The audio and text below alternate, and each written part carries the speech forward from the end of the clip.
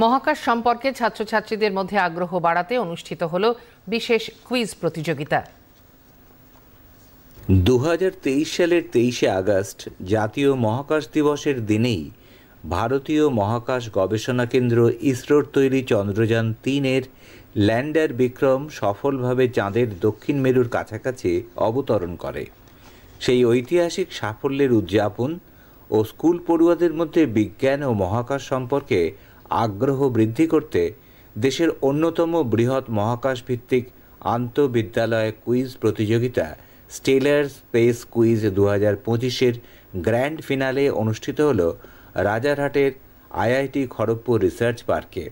খড়গপুর আইআইটির প্রাক্তনীদের নিয়ে গঠিত এডুজেম স্টিম পাওয়ার্ডের উদ্যোগে এই প্রতিযোগিতায় দেশের বিভিন্ন প্রান্তের শীর্ষ বিদ্যালয়ের নির্বাচিত প্রতিযোগীরা অংশগ্রহণ করেন।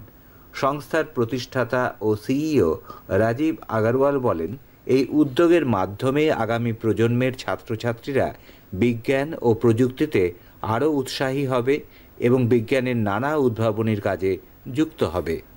108টা স্কুলসের প্রিলিমসের হয়ে আজকে 23rd August national space day India celebrate করে চন্দ্রায়ন-3 landing on the south pole of moon. তো আজকে এই 8টা টিম পুরো ওয়েস্ট বেঙ্গল থেকে এসছে।